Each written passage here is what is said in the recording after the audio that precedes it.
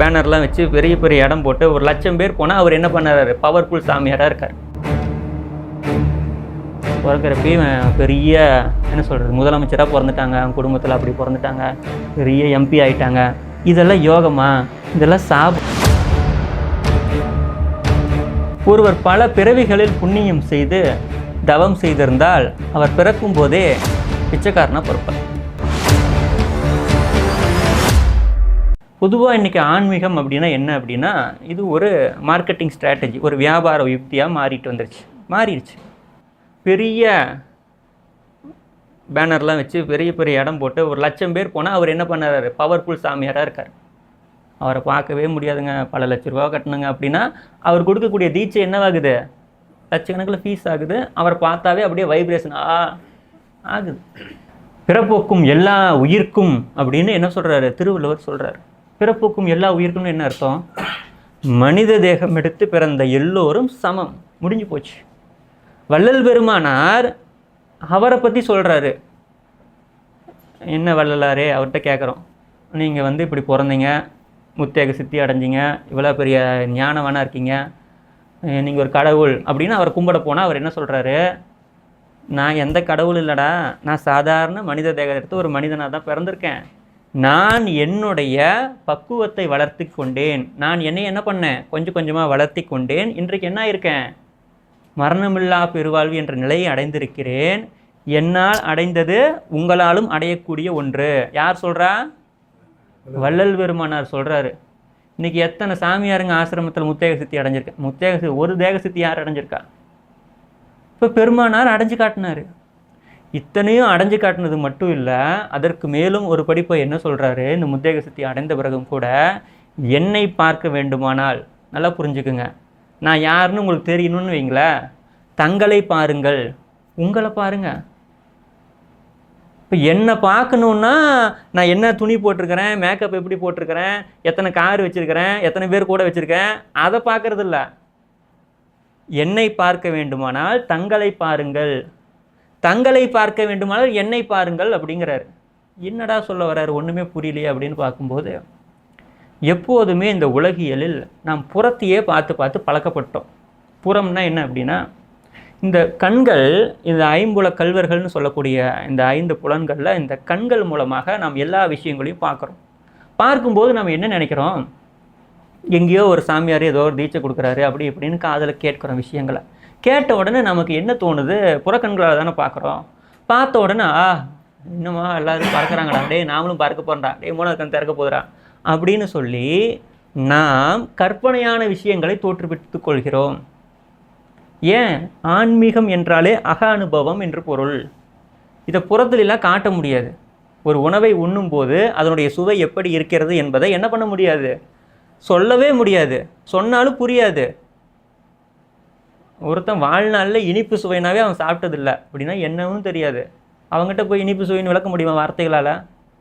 பிறவிலேருந்தே ஒருத்தர் குருடாக இருக்கார், அவருக்கு சிவப்பு பொண்ணை எப்படி இருக்குன்னு சொல்ல முடியுமா?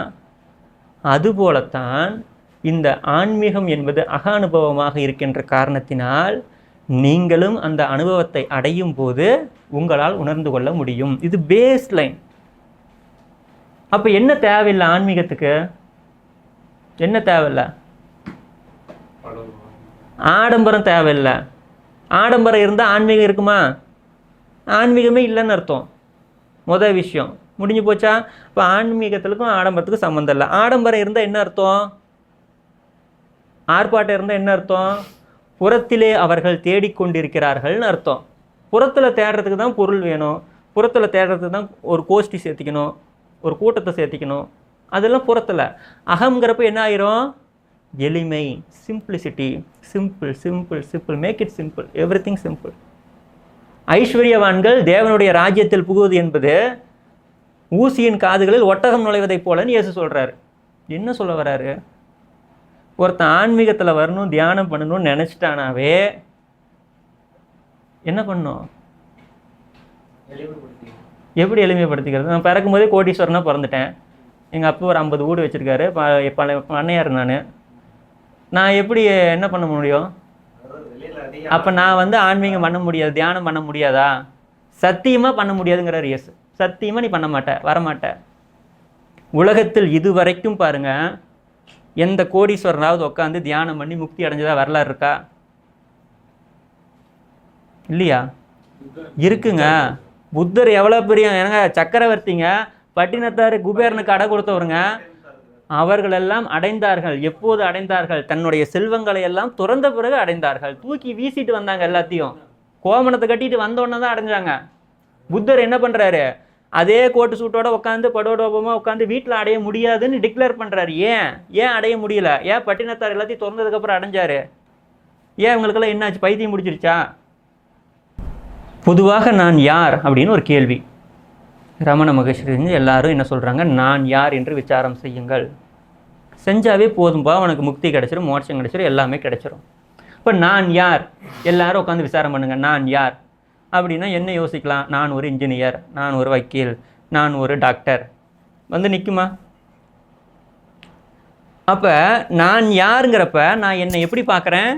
ஒரு தொழிலை வைத்து, ஒரு பதவியை வைத்து, ஒரு பட்டத்தை வைத்து நான் யார்? நான் ஒரு போலீஸ் அப்படின்னு எனக்கு எப்படி இருக்கும்? நான் ஒரு போலீஸ், நான் ஒரு போலீஸ், இப்படியே தான் இருப்பேன். நான் எங்கேயே இறங்கி வந்து ஐயா நானும் சாதாரண ஒரு போலீஸ் சொல்லுவேனா? சொல்ல மாட்டேன். எந்த இடத்துல என்ன பண்ண மாட்டேன்? என் ஆணவத்தை விட்டு கொடுக்க மாட்டேன். நல்லா புரிஞ்சுக்குங்க.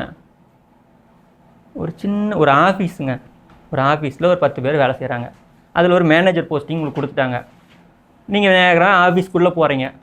போகிறப்ப பார்த்தீங்கன்னா உங்கள் கீழே வேலை செய்கிற ஒருத்தர் உங்களை கவனிக்கவே இல்லை. அவர் பாட்டுக்கு எதை எழுதிட்டு இருக்காரு, வேலையை பார்த்துட்டு இருக்காரு. பாவம், அன்றைக்கி ஒரு நாள் வேலை செய்யலாம் செஞ்சுட்டு இருக்காரு, உங்களுக்கு மதிக்கலை. உடனே உங்களுக்கு என்ன ஆயிடுது? நான் வந்துட்டுருக்கிறேன், அவன் ஒரு வணக்கம் சொல்லாமல் போயிட்டான், நான் யாருன்னு காட்டுறேன். வருதா வரலையா? அப்போது நான் யார் என்று நான் என்னை அடையாளப்படுத்தும் போது நான் இருக்கக்கூடிய பட்டத்தை, இருக்கக்கூடிய நிலையை வைத்து என்னை அடையாளப்படுத்துகிறேன். அப்போ நான் யார் அப்படின்னு நான் அப்படி அடையாளப்படுத்திட்டேன்னா என்ன ஆகாது? எனக்கு என்னுடைய மன நிம்மதி போய்விடும். மனதில் சாந்தி என்பதே வராது, சமாதானம் வராது. ஏன்னா நான் யாருன்னு யோசிக்கும் போது, நான் இப்படி ஒரு பணக்காரன், நான் இப்படி ஒரு மிகப்பெரிய நிலசுவான்தார் அப்படிங்கும்போதே என்னுடைய ஆணவமானது மேல் நோங்கி இருக்கும். எப்போதெல்லாம் ஆணவம் மேல் நோங்கி இருக்கிறதோ அப்போதெல்லாம் ஆணவம் அடி வாங்கியே தீரும். வல்லவனுக்கு வல்லவன் வையகத்தில் உண்டுங்கிறோம்ல. நீங்கள் 10 வீடு வச்சுருக்கீங்க, அவர் 20 வீடு வச்சுருக்காரு. அவங்க தான் தமிழ்நாட்டையே வச்சுக்கிறாங்க. அவங்களுக்கு எப்படி இருக்கும்? பின்னாடி அவர் இந்தியாடா, நான் இந்தியாடா, ஏன் ஈகோ நீ காட்டுறியா, நான் காட்டுறேன் பார். வருமா வராதா? அப்போது புத்திசாலித்தனம் என்பது, ஆன்மீகம் என்பது விஷயங்களை சேர்ப்பதல்ல, இருக்கக்கூடிய விஷயங்களை துறப்பது. இது உள்முக பயணம். நல்லா புரிஞ்சுக்குங்க. வெளிமுக பயணத்திற்கும் உள்முக பயணத்திற்கும் கடலளவு வித்தியாசம் இருக்குது. அதனால தான் யோகிகள், மகான்கள், ரிஷிகள் எல்லாரும் என்ன பண்ணாங்க? ஆன்மீகத்துக்கு வரும்போதே துறத்தல் என்பதை அடிப்படையாக வைத்தார்கள். நம்மிடம் இருக்கக்கூடிய ஒன்றைத்தான் துறக்க முடியும் அப்படிங்கிறத பேஸ்லைன். அப்போ எதை துறக்கலாம் அப்படின்னு நாம் யோசிக்கும்போது, எந்த ஒன்றை நாம் துறப்பதன் மூலம் எல்லாவற்றையும் அடைய முடியுமோ அந்த ஒன்றை துறக்க வேண்டும். இப்போ எனக்கு மன நிம்மதி வேண்டும், மன அமைதி வேண்டும், எனக்கு பக்குவம் வேண்டும் அப்படின்னா ஏதோ ஒன்று எனக்குள் இருந்து கொண்டு என்னுடைய மன நிம்மதியை, அமைதியை கெடுத்து கொண்டிருக்கிறது. அது எது அப்படிங்கிறத கண்டுபிடிக்கணும். அதை கண்டுபிடித்த பிறகு அதை இல்லாமல் நான் இருக்கும்போது எனக்கு மன அமைதி உண்டாகும். இது எல்லாம் என்ன பண்ணணும்? அனுபவத்தில் காண வேண்டும். இந்த 2 நாள் வகுப்போட நோக்கம் என்ன அப்படின்னா, நான் பல விஷயங்களை சொல்லி நீங்கள் அதெல்லாம் மனசில் வாங்கிக்கிட்டு ஓகே இப்படின்னா அப்படி, அப்படின்னா இப்படி அப்படின்னு கேட்டுட்டு பழையபடி வாழ்க்கைக்கு போகிறதுக்கான வகுப்பு அல்ல. அனுபவப்படுவது, அனுபவம். வள்ளல் பெருமானார் நமக்கு கொடுத்த மிகப்பெரிய ஒரு விஷயம் என்ன அப்படின்னா, உன் அனுபவத்தின் கண் அறிகன்றாரு. மற்ற எல்லாரும் என்ன சொல்கிறாங்க? இது இப்படி தான் ஆகும், உன் கர்மாப்பா, உன் தலைவிதிப்பா, ஏற்றுக்குப்பா அப்படின்னு சொல்லக்கூடிய விஷயத்தில் விதியை மாற்றியமைக்க முடியும். விதியை மாற்றி அமைக்கிறது மட்டும் இல்லை, அந்த விதியை நாம் நிர்மாணிக்க முடியும். எப்படி? நமக்கு வேணுங்கிற மாதிரி நடக்குங்கிறார். அப்போ இதுக்கு என்ன வேணுங்கிறாரு? நமக்குள் இருக்கக்கூடிய ஒன்று எல்லா பிரச்சனைகளையும் எது உருவாக்குகிறதோ அந்த ஒன்றை சரி செய்வதன் மூலம் எல்லாம் சரியாகும். இப்போ இந்த மனிதன் அப்படின்னா நாம் எல்லாரும் மனிதர்கள். நாம் எதனால் ஆனவர்கள் சொல்லுங்க பார்க்கலாம். மனிதர்கள் நாம் எதனால் ஆனோம்? சரி, நாம் எங்கேருந்து வந்தோம்? மனுஷங்க எங்கேருந்து வந்தோம்?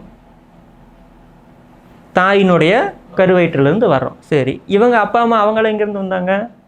அப்படியே பின்னோக்கி பின்னோக்கி பின்னோக்கி போனீங்கன்னா இந்த மனிதகுல வரலாற்றில் நமக்கு எல்லாம் பேஸாக இருக்கக்கூடியது சூரியனை சொல்கிறோம்.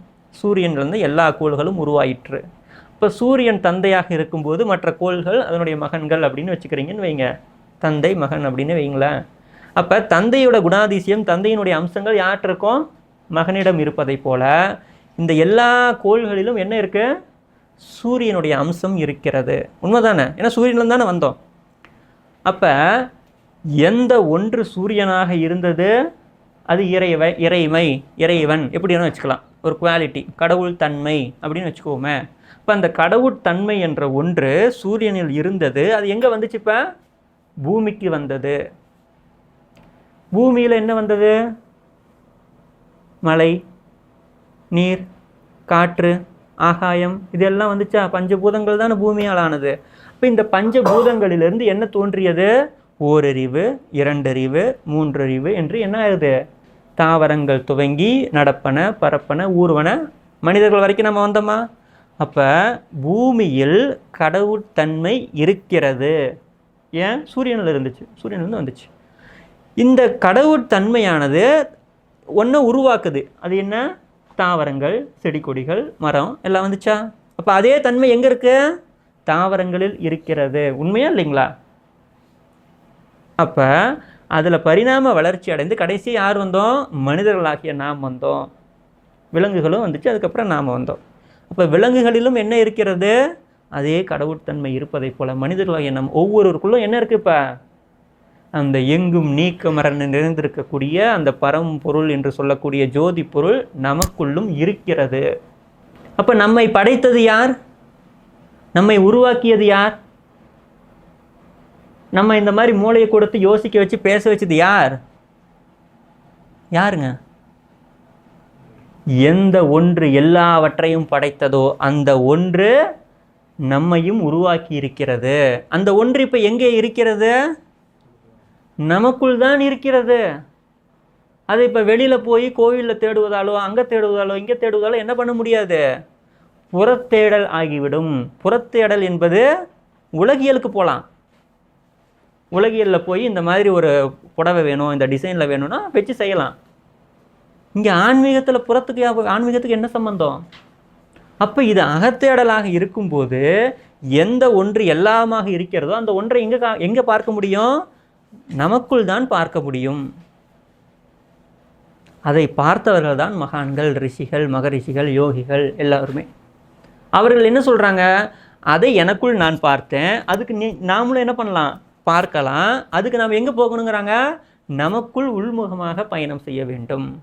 ஆனால் உலகியலை பொறுத்த வரைக்கும் நம்ம பிறந்ததுலேருந்து என்ன பண்ணுறோம்? பிறந்த உடனே ஸ்கூலுக்கு போ. ஸ்கூலுக்கு போனால் என்ன சொல்லி தருவாங்க? மகனே, உனக்குள் எல்லா சக்தியும் இருக்கிறது, 5 பூதங்களும் உனக்குள் அடக்கணும்னு சொல்கிறான். ஏ பார் ஆப்பிளுங்கிறான், பி பார் பாலுங்கிறான், உலகியலை கூப்பிட்டு வந்து விட்டுறான். அவன் படிக்கிறான், Tamil, English, maths, social science எல்லாம் படிக்கிறான். எல்லாம் படித்தவன் என்ன தெரிஞ்சுக்கிறான்? ஓ, உலகத்தில் இவ்வளோ இருக்குதா, ஓகே, அங்கே போனால் இவ்வளோ பணம் கிடைக்கும், இங்கே போனால் இன்னும் பணம் கிடைக்கும். இப்போ நிறைய பணம் சம்பாதிக்க என்ன பண்ணுறது? அந்த மொழி படி, எதை படி, புறத்தில் இன்னும் போகிறான், கல்லூரி முடிக்கிறான், அப்புறம் உலகியலுக்குள்ளே வரான், அப்புறம் இன்னும் சம்பாரி, வீடு கட்டு, எல்லாம் பாருங்கள். வாழ்வினுடைய ஓட்டம் முழுக்க முழுக்க புற ஓட்டமாகத்தான் இருக்கும். புற ஓட்டமாகத்தான் இருக்கும். இப்போ புறத்தில் நம்ம எவ்வளவுக்கு எவ்வளவு ஆழ்ந்து போகிறோமோ அந்த அளவுக்கு என்ன இருக்காது? அகத்தை விட்டு வெளியில் போயிட்டேன், எப்போதெல்லாம் என் இடத்த விட்டு நான் வெளியில் போகிறனோ அப்போதெல்லாம் நிம்மதி இருக்காது. புரியுதுங்களா இல்லையா? பொதுவாக யோகம்னா என்ன? ஜாதகத்தில் யோகம்னா என்ன சொல்லுவாங்க? யோகக்கார ஜாதகங்க அப்படின்னு என்ன சொல்லுவாங்க?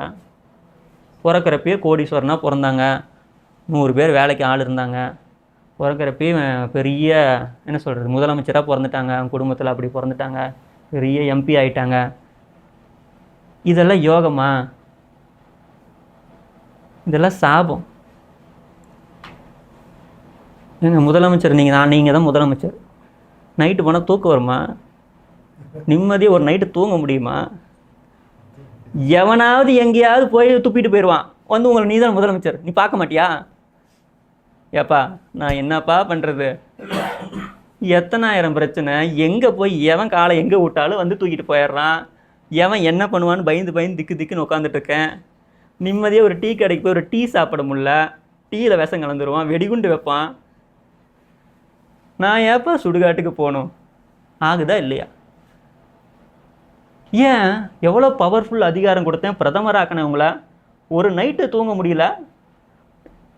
ஏன் முடியல? அந்த புறத்திலே ஓடி ஓடி ஓடி அந்த ட்ரிப்பில் மாட்டிக்குவோம். பவர் ட்ரிப் அப்படின்னு பேர் அதுக்கு. புரியுதுங்களா? அதில் போய் உக்காந்ததுக்கப்புறம் என்ன ஆயிரும், என்னால் அகத்தில் சமாதானமாக இருக்க முடியாது, சமாதானம் போயிடும். இப்போ புறத்தில் நான் எந்த ஒரு பதவியை போய் அடைந்தாலும் அது என்ன பண்ணும், என்ன எனக்குள் இருந்து என்னை நான் விலக்கி கொண்டு தான் இருக்க முடியும். நீங்கள் முதலமைச்சர் ஆயிட்டீங்க, அமைதியாக உட்காந்து நாம் அனைவரும் இன்று தியானம் செய்வோம், கண்களை மூடுங்கள் சொல்ல முடியுமா? எல்லாரும் கண்ணை மூடிட்டு போயிடுவான். முடியாது. அப்போ புற வாழ்க்கை என்பது எதை நான் அடைந்தால் சந்தோஷமாக இருப்பேன், எனக்கு எல்லாம் கிடைச்சிரும், எல்லாரும் எனக்கு அடிமையாயிருவாங்க அப்படின்னு நினச்சி நான் ஓடணும் பார்த்தீங்களா, அது என்ன? என்னை நாயே மாயையினால் ஏமாற்றிக்கொண்ட ஒன்று. நீங்கள் எவ்வளவு பெரிய பதவியை அடைஞ்சாலும் என்ன இருக்காது, அகத்தில் சமாதானம் உண்டாகாது, நிம்மதி இருக்காது. அப்போ எது நிரந்தரம் அப்படின்னு கேட்கும்போது, சத்து சித்து ஆனந்தமாகி ஒன்று நமக்குள் இருக்கிறது, அதை நான் அடைந்தால் எனக்குள் அமைதியும் சமாதானமும் உண்டாகும்.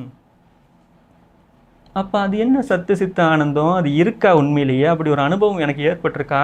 ஃபுல்லாக நான் கேள்விப்பட்டதே இல்லையே. அப்படிங்கும்போது புறத்தில் இவ்வளவு அடைஞ்சா பிரச்சனை. ஒருவர் பல பிறவிகளில் புண்ணியம் செய்து தவம் செய்திருந்தால் அவர் பிறக்கும் போதே பிச்சைக்காரனா பிறப்பார். பிறக்கும் போதே யோகம்னா அதுதான் யோகம். என்ன சொல்கிறீங்க? அப்போ எல்லா பிச்சைக்காரங்களும் சத்து சித்த ஆனந்தத்தோட உற்சாகத்தில் இருக்கணுமே, ஏன் இல்லை அப்படின்னு கேட்கும்போது, அதே பிச்சைக்காரனுக்குள்ளும் மாயை உட்காந்து என்ன பண்ணுது, நீ அடையிறதுக்கு இவ்வளோ இருக்குது, உலகத்தில் அவ்வளோ இருக்குது, அங்கே பாரு அவங்ககிட்ட காசு கேளு, இவங்ககிட்ட காசு கேளு, ஏன் இப்படி இருக்குன்னு சொல்லி அவன் தன்னுடைய பெருமையை உணராமல், ஏன்னா எல்லாத்தையும் திறந்துட்டான், அவனுக்குன்னு கமிட்மெண்ட் கிடையாது, எந்த வித இதுவும் கிடையாது, எவ்வளோ ஆனந்தமாக இருக்கணும், மாயை அவனையும் இருக்க விடாது.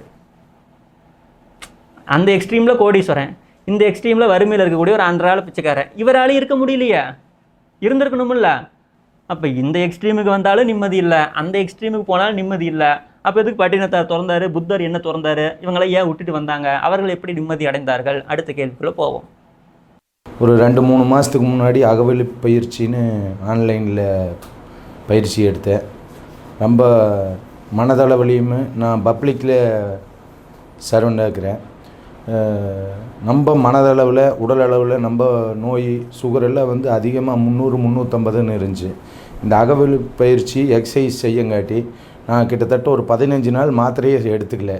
ஆனாலும் சுகர் செக் பண்ணி பார்த்தா கரெக்டான அளவு 140லேயே தான் இருந்துச்சு. அதுக்கப்புறம் இந்த பயிற்சி வந்து நான் கொஞ்சம் அசால்ட்டாக விட்டது, என்னோடய வேலைப்பளுக்கு காரணமாக அசால்ட்டாக விட்டதுனால மறுபடியும் சுகர் இன்க்ரீஸ் ஆச்சு. இன்றைக்கி ஐயா நேரடி வகுப்பு போட்டிருந்தாங்க. ரொம்ப மனதளவில் உடல் அளவில் ரொம்ப ஆரோக்கியமான வகுப்பாக அமைஞ்சது. ரொம்ப நன்றிங்க. என் பேர் ராஜன். நான் வந்து அயர்லாண்டில் வேலை பார்த்துட்ருக்கேன். கிட்டத்தட்ட ஒரு 12 வருஷமாக வேலை பார்த்துட்ருக்கேன். ஐடியில் தான் வேலை பார்க்குறேன். ஸோ நிறைய பேர்த்து வந்து நான் வந்து கனெக்ட் பண்ண முடியும். ஏன்னா நிறைய பேர் இப்போ ஐடியில் வேலை பார்க்குறவங்க வந்து ஒரு ஒரு லைஃப் லீட் பண்ணிட்டுருக்காங்க. எப்படின்னா ஃபஸ்ட்லேருந்து ஒரு 20 வயசுலேருந்து ஒரு 30-40 வயசு வரைக்கும் ஒரு மாதிரி பொருள் சேர்க்கணும், ஒரு மாதிரி ரொம்ப மெட்டீரியலிஸ்டிக்காக இருப்பாங்க. அப்போது என்ன ஆகும்னா ஒரு பீரியட் ஆஃப் டைமில் வந்து அவங்களுக்கு வந்து உடம்புல ஏதாச்சும் ஒரு பிரச்சனை அப்படிங்கிற ஒரு விஷயத்தில் வரும்போது அப்படி ஒரு யோசிக்க தோணும். நம்ம என்னடா இவ்வளோ ஓடுறோம், நம்ம பணம் சேர்க்க பண்ணுறோம், ஆனால் அந்த சேம் டைம் வந்து அவங்களுக்கு வந்து உடம்புல ஏதாச்சும் ஒரு பிரச்சனை வரும். அப்புறமேட்டு தான் வந்து அவங்களுக்கு வந்து என்ன தோணும், சரி நம்ம இதை சரி பண்ணால் என்ன பண்ணலாம் அப்படின்னு பார்க்கும்போது மனசில் பிரச்சனை இருக்கும். மனப்பிரச்சனை வரும்போது தான் வந்து இதை எப்படி சரி பண்ணணும் போகும்போது தான் அந்த ஸ்பிரிச்சுவல் இதுக்கு உள்ளே வருவாங்க. அப்போ ஸ்பிரிச்சுவலில் வரும்போது நிறைய இப்போ அவென்யூஸ் இருக்குது. நிறைய விஷயத்தில் போய் மாட்டிக்கிட்டு டைம் வேஸ்ட் பண்ணி என்ன நடக்குன்னு உண்மை புரியாமல் அப்படி போய் நிறைய பேர் கஷ்டப்பட்டுருக்காங்க. ஆனால் இப்போது நானும் இதே ட்ராவல் பண்ணி தான் வந்தேன். எனக்கு ஒரு புரிதல் வந்துச்சு. எப்படின்னா எல்லாமே வந்து ஒரு ஒரு ஒரு ஒன்னஸில் தான் வந்து எல்லாமே, ஒரு பிரபஞ்சமே வந்து ஒரு ஒன் ஃபார்ம்லேருந்து தான் வந்து எல்லாமே வந்து க்ரியேட் ஆகுது அப்படிங்கிற விஷயத்த யார் சொல்கிறாங்கங்கிறத பார்க்கும்போது எனக்கு தெரிஞ்சது வந்து வள்ளலார் தான் வந்து அதை பற்றி ரொம்ப டீட்டெயில்டாக பேசியிருக்காங்க. எந்த ஒரு மத சார்பின்றி ஒரு ஒரு ஜென்ரலான எல்லாத்துக்குமே பொருந்துகிற மாதிரி ஒரு விஷயத்த வள்ளலார் சொல்லியிருக்காங்க. ஆனால் அதை நீங்கள் 6 திருமுறை உட்காந்து படித்து புரிஞ்சு பண்ணுறதுக்கு மாஸ்டர் மாதிரி ஒருத்தவங்க இருக்கும்போது எப்படி தெரியுதுன்னா, அதை எடுத்து நம்மளுக்கு எப்படி அதை புரிஞ்சுக்கணும் அப்படின்னு சொல்லிட்டு அது கரெக்டாக ஒரு கிளாஸிஃபை பண்ணி நம்மளுக்கு எல்லாத்துக்கும் புரிகிற மாதிரி ஒரு கோர்ஸ் ரெடி பண்ணியிருக்காங்க. அது எப்படின்னா 21 days கோர்ஸில் ஃபஸ்ட்டு நம்மளுக்கு ரொம்ப முக்கியமான விஷயம் வந்து பாடி கிளென்சிங் ஆகணும். ஸோ பாடி கிளென்சிங் ஆனால் தான் உங்களால் வந்து எந்த ஒரு விஷயமும் மெடிடேஷனாலும் சரி எதுனாலும் பண்ண முடியும். ஸோ அது ஃபஸ்ட்டு பாடி கிளென்சிங் எப்படி பண்ணணும்னு சொல்கிறாங்க. அதுக்கப்புறம் மைண்ட் எப்படி வந்து கிளென்ஸ் பண்ணும். கிளென்ஸ் இன் த சென்ஸ் நீங்கள் வந்து உங்களோட இந்த நெகட்டிவ் தாட்ஸ்னால் எப்படி வந்து ஹேண்டில் பண்ணுங்கிற மாதிரி விஷயத்த சொல்கிறாங்க. அதுக்கப்புறம் தான் வந்து சோலுக்கே வராங்க. ஸோ இது வந்து ஒரு ஸ்டெப் பை ஸ்டெப்பான ஒரு அப்ரோச்சு. ரொம்ப இன்டலெக்சுவலாக இது பண்ணியிருக்காங்க. இது இது இது முடித்ததுக்கப்புறம் உங்களுக்கு அப்போவே ஒரு ஒரு புரிதல் வந்துடும். நம்ம எந்த ஒரு விஷயம் நம்மளுக்கு நடந்தாலும் அதை வந்து ஒரு ஒரு ஒரு ஒரு டிஸ்டன்ஸில் உங்களால் பார்க்க முடியும். ஏன் நம்மளால் இப்படி பிஹேவ் பண்ணுறோம், எதனால் இது பிஹேவ் பண்ணாலும் நம்மளால் உடம்புல என்னென்ன பிரச்சனை வருதுங்கிறத வந்து உங்களால் நீங்கள் பார்க்க முடியும். ஸோ இது முடிஞ்சதுக்கப்புறம் ஒரு 2 days டைரக்ட் கிளாஸ் மாதிரி ஒன்று இருக்குது. அந்த 2 days டைரக்ட் கிளாஸில் வந்து இன்னும் நிறைய விஷயத்த வந்து டிஸ்கஸ் பண்ணுறோம். அது ப்ளஸ் அவங்க ஒரு ஒரு இனிஷியேஷன் மாதிரி ஒரு தீட்சை மாதிரி கொடுக்குறாங்க. அப்போது உங்களுக்கு அந்த ஒரு உணர்வு தெரியுது. அப்புறம் அது ப்ளஸ் அவங்க சில மந்த்ரா எதுனா சொல்கிறாங்க. அதனால் வந்து நம்மளோட மைண்டை எந்த அளவுக்கு நம்மளால் வந்து கவனிக்க முடியுங்கிற விஷயத்த ஹெல்ப் பண்ணுற மாதிரி டூல்ஸ்லாம் நிறைய கொடுக்குறாங்க. ஸோ இந்த மாதிரி விஷயம் வந்து இந்த டயத்தில் கிடைக்கிறது வந்து ரொம்ப ரொம்ப ரேரானது. ஸோ நிறைய பேர் இதை வந்து யூட்டிலைஸ் பண்ணி லைஃப்பில் வந்து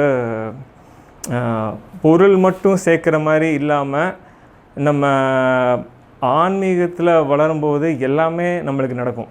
ஸோ ஒரு கோலுக்காண்டி இங்கே வராமல் முதல்ல நம்ம சோல் ரியலைசேஷன் பண்ணணும்னு நினச்சி வந்திங்கன்னா, இந்த மாதிரி மேனிஃபெஸ்டேஷன் பண்ணணும், அது பண்ணணும், இது பண்ணணும்னு நினைக்கிறவங்களுக்குனா இதெல்லாம் வந்து ஒரு என்ன சொல்கிறது, இதெல்லாம் ஜஸ்ட் ஒரு சைடு எஃபெக்ட்.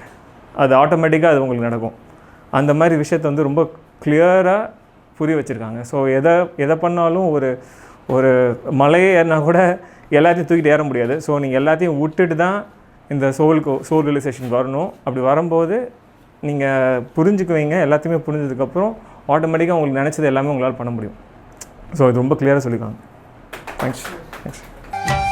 என்னறிவுக்குள் மருந்து என்றும் என்னறிவாகி இணங்கு மருந்து என்னறிவின்ப மருந்து என்